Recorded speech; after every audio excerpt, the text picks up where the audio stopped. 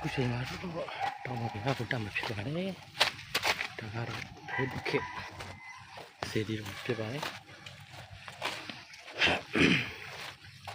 ဒါကတော့အမြင်နဲ့ဘုဒ္ဓခေတ်ကြောင့်ဘုတ္တမှာကတော့အဲ့ဒီတောင်းပါဖြစ်ပါတယ်ဘုဒ္ဓမြန်လိကတိ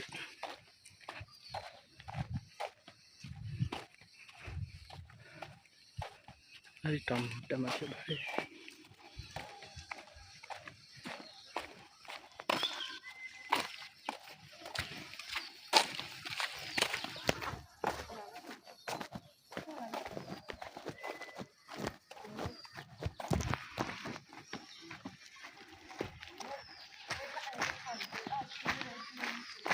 ဒါนี่ဒီကနေ့ဖြစ်တယ်ဒါนี่ဒီကနေ့ဖြစ်တယ်ကျ